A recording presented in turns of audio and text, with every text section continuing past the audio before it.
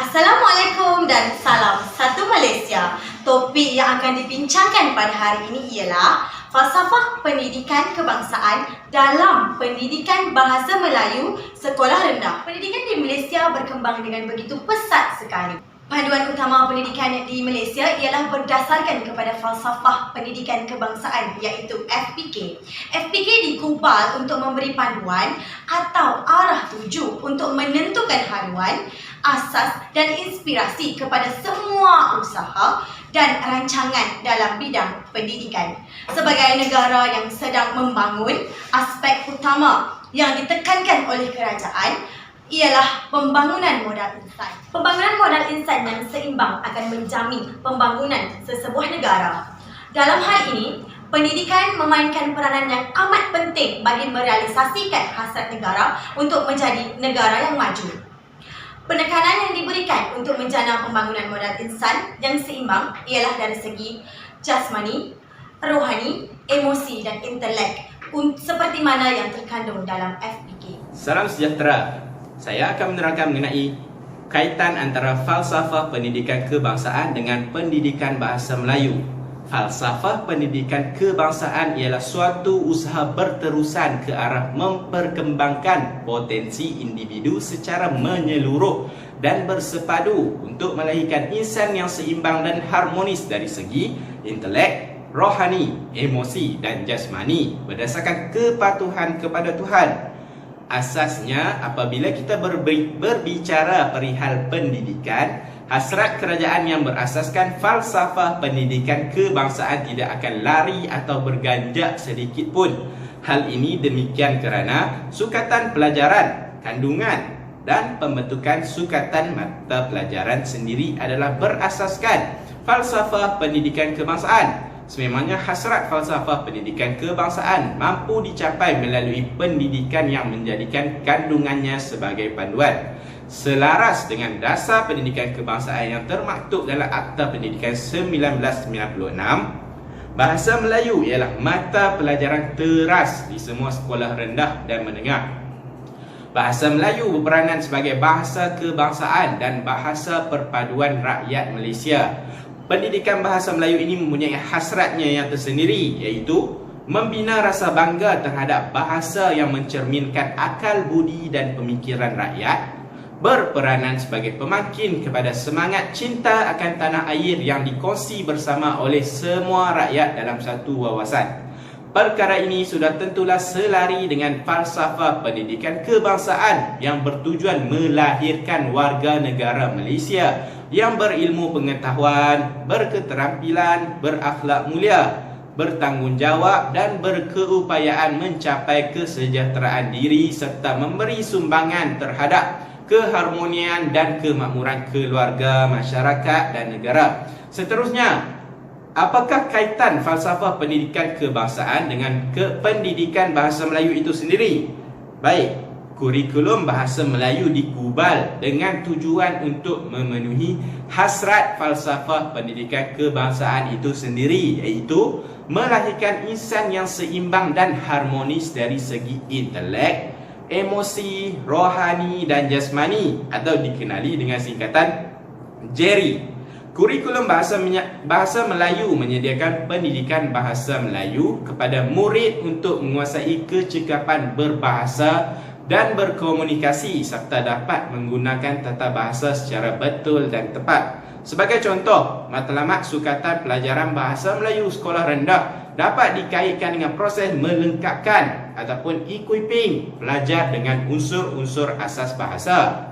Seterusnya, Matlamat kedua dalam sukatan ini adalah berkaitan dengan proses membolehkan, enabling pelajar menerapkan kemahiran bahasanya dalam konteks komunikasi yang sebenarnya meliputi kepelbagaian konteks sosial, bidang dan keperluan. Seterusnya, apabila kita perhatikan objektif sukatan pelajaran bahasa Melayu sekolah rendah itu sendiri, kita perhatikan dengan jelas, dapat dikenal pasti hubung kaitnya dengan falsafah pendidikan kebangsaan yang mana objektifnya terarah ke aspek melahirkan insan yang seimbang dari segi intelek, rohani, emosi dan jasmani ataupun jeri seperti yang disebutkan tadi, berdasarkan kepercayaan dan kepatuhan kepada Tuhan. Baik, antara contoh objektif sukatan pelajaran bahasa Melayu adalah memupuk minat membaca sebagai satu amalan ke arah membina budaya pembelajaran berterusan. Baik, ingat kata kunci, membina budaya pembelajaran berterusan. Selain itu, sukatan ini juga berperanan dalam mengembangkan kekuatan imajinasi, kreativiti, pemikiran kritis dan penghayatan nilai murni melalui aktiviti bertutur, membaca dan menulis. Berdasarkan apa yang diterangkan tentang objektif-objektif tersebut, dapat diperhatikan bahawa objektif pertama yang disebutkan iaitu memupuk minat membaca sebagai satu amalan ke arah membina budaya pembelajaran berterusan. Okey, objektif tersebut sama dengan ayat pertama dalam falsafah pendidikan kebangsaan, iaitu pendidikan di Malaysia ialah suatu usaha berterusan. Hal ini sudah tentulah menjelaskan perkaitan yang rapat antara pendidikan bahasa Melayu dengan falsafah pendidikan kebangsaan. Setakat itu sahaja pembentangan saya. Seterusnya saya akan serahkan kepada Cikgu Abdul Rahim untuk menerangkan perihal fokus falsafah pendidikan kebangsaan dalam bahasa Melayu. Melalui falsafah pendidikan kebangsaan dan perkaitannya dengan pendidikan bahasa Melayu di sekolah rendah, kurikulum standard bahasa Melayu sekolah rendah ini digubal untuk melahirkan murid yang berketerampilan dan murid yang boleh berkomunikasi dalam bahasa Melayu dengan baik. Hal ini dapat memenuhi beberapa aspek. Aspek yang pertama ialah keperluan diri. Keperluan diri ini di mana bahasa Melayu digunakan sebagai bahasa ibunda dalam kehidupan seharian kita. Dan aspek yang kedua ialah ilmu pengetahuan, di mana dalam mempelajari ilmu bahasa Melayu ini, kita memperoleh pengetahuan yang sangat luas. Dan yang ketiga ialah kemahiran, di mana kemahiran bahasa Melayu ini sangat banyak dalam aspek pembentukan kata, dalam aspek bahasa. Seterusnya ialah maklumat dan nilai. Dan akhir sekali ialah idea untuk membentuk hubungan sosial dalam mempelajari bahasa Melayu. Melalui kemahiran mendengar dan bertutur, kemahiran mendengar ini merujuk kepada keupayaan murid mendengar dengan teliti, memahami dan menghayati secara lisan terhadap perkara-perkara yang dialami dalam pelbagai situasi pengucapan serta dapat memberikan respon yang baik. Sebagai contoh, murid-murid terdedah dengan persekitaran yang pelbagai dan melalui pendengaran-pendengaran, melalui perkataan-perkataan yang didengar, murid-murid dapat mempelajari bahasa Melayu itu sendiri. Dan melalui kemahiran bertutur pula merujuk kepada keupayaan murid berkomunikasi untuk menjalin hubungan dan menyampaikan maklumat, pendapat serta idea yang kreatif dan kritis dengan sebutan intonasi yang betul secara sopan dan bertata susila.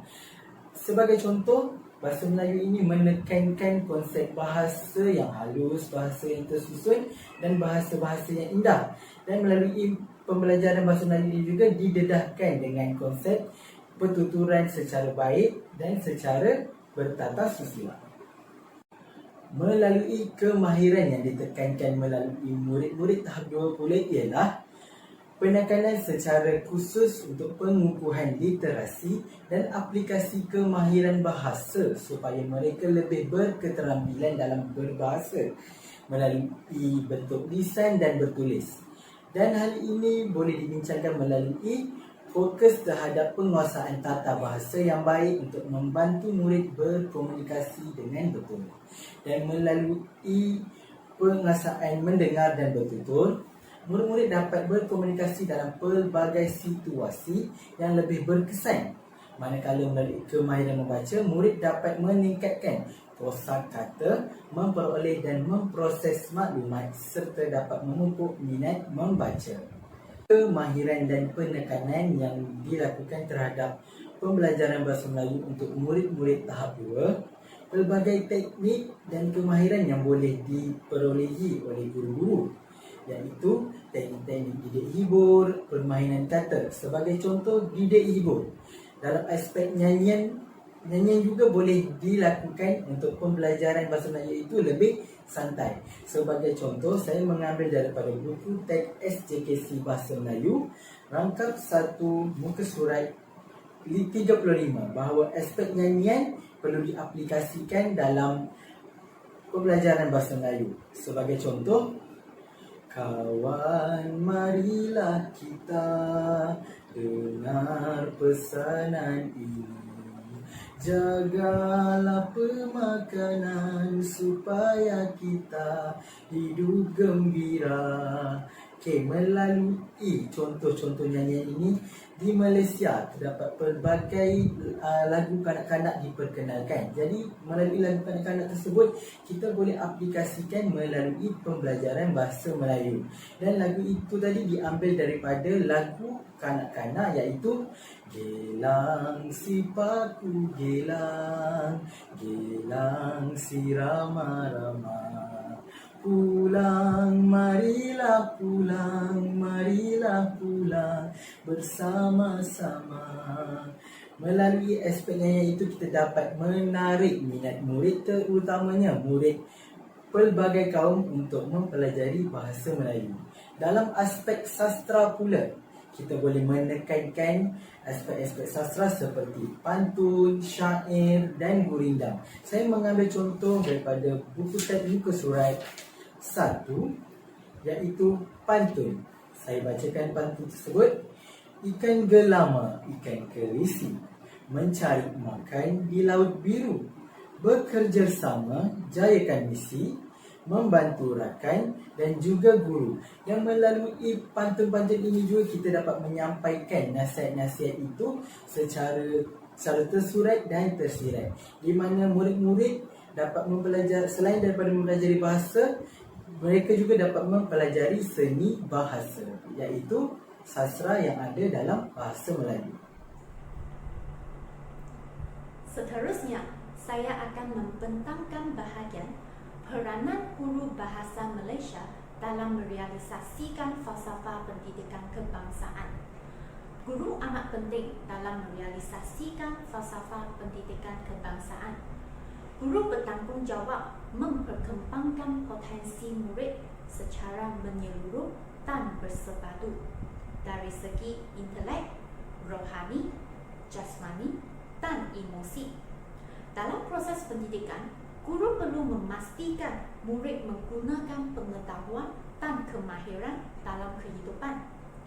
Sebagai contoh, bagi memastikan murid dapat bertutur dengan menggunakan bahasa Malaysia, guru perlu melaksanakan pelbagai aktiviti lisan seperti aktiviti main peranan dan simulasi bahasa. Selain itu, kemahiran berfikir aras tinggi kebat perlulah diaplikasikan kepada murid. Dalam merealisasikan hasrat ini, perbincangan harus dilakukan di antara guru dan murid secara bersemuka. Murid bebas untuk mengeluarkan dan mengulas pendapat masing-masing mengenai sesuatu tajuk. Dengan itu, murid dapat belajar secara aktif. Kemahiran belajar mereka berkembang, serta mereka juga dapat mengukuhkan kemahiran berkomunikasi secara berkesan. Guru juga berperanan menerapkan nilai dalam kalangan murid. Nilai murni seperti hormat menghormati, amanah, baik hati, bertanggungjawab, kejujuran dan sebagainya yang dinyatakan dalam kurikulum bahasa Malaysia dapat melahirkan murid yang berketerampilan, berakhlak mulia dan berhema tinggi. Ini juga merupakan salah satu maklumat yang dinyatakan dalam falsafah pendidikan kebangsaan. Guru juga penting sebagai penggerak pemikiran murid. Guru perlu melaksanakan atau menyediakan bahan dan tugasan yang mencabar minda. Contohnya, guru bahasa Malaysia boleh menentukan soalan berbentuk terbuka dalam aktiviti lisan, membaca dan menulis. Soalan bentuk ini dapat menjana pemikiran murid semasa menjawab soalan. Guru juga menjadi model hidup di mana ciri khasiat guru dapat menjadi telatan murid. Seperti yang kita tahu, guru bukan sahaja bertugas untuk berkongsi ilmu yang terdapat di dalam buku teks. Namun, guru hendaklah menunjukkan ciri khasiat guru yang cemerlang terhadap murid. Guru hendaklah sabar dan bersikap positif agar dapat membantu murid yang menghadapi masalah semasa sesi pengajaran dan pembelajaran. Contohnya, guru bahasa wajar menunjukkan sikap keterbukaan untuk membina keyakinan murid yang bersikap pasif ataupun malu bertutur di dalam kelas. Akhir sekali, guru perlu menjadi seorang yang kreatif dan inovatif semasa melaksanakan proses pengajaran dan pembelajaran. Guru perlu menyediakan suasana yang kondusif dan mencabar supaya pembelajaran bahasa tidak dilihat sebagai mata pelajaran yang membosankan. Contohnya, guru boleh menggunakan alat bantu mengajar atau penggunaan ICT untuk menghasilkan tugasan yang mencabar dan menarik kepada murid. Sebagai kesimpulan, guru berwatak penting bukan sahaja dari segi kurikulum, tetapi juga profesionalisme dan ciri khasiat sendiri. Hasrat yang tergantung dalam falsafah pendidikan kebangsaan terletak di bahu semua guru. Guru yang perlu menerapkan semua unsur yang dinyatakan di dalam falsafah pendidikan kebangsaan. Oleh itu, guru sentiasa bersedia untuk menghadapi cabaran yang menguji profesion dan sentiasa mempunyai komitmen yang tinggi dalam memastikan proses pendidikan yang berkualiti. Setakat ini sahaja pembentangan saya. Saya serahkan pembentangan ini kepada Cikgu Heswan. Assalamualaikum warahmatullahi wabarakatuh.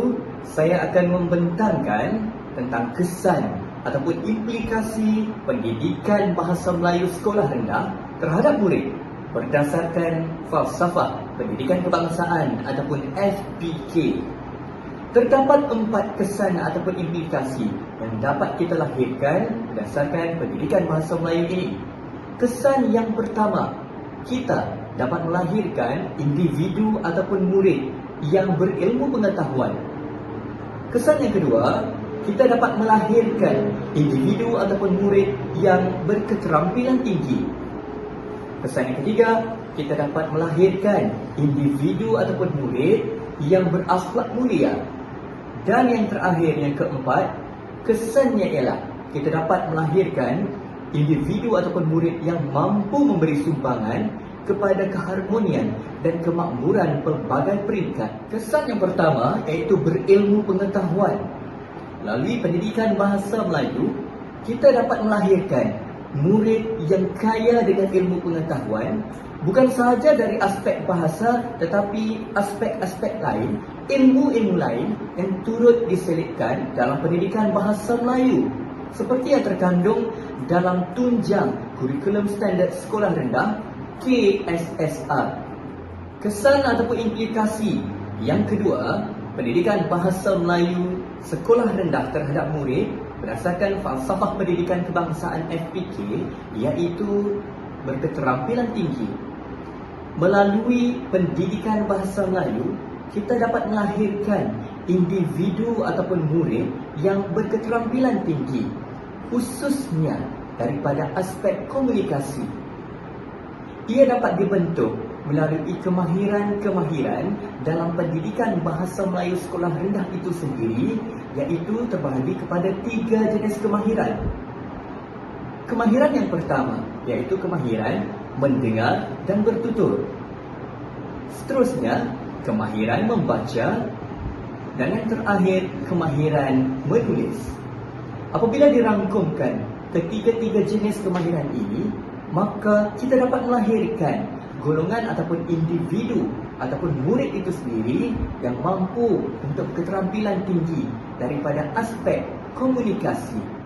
Kesan ataupun implikasi yang seterusnya iaitu pendidikan bahasa Melayu sekolah rendah mampu untuk melahirkan murid yang berakhlak mulia berdasarkan pengajaran dan pembelajaran dalam aspek seni bahasa seperti simpulan bahasa yang sangat mementingkan aspek kesantunan dalam berkomunikasi. Terdapat satu kajian oleh Muhammad Khairul Anam Ishaq dan Wan Muna Rozana Wan Muhammad 2021.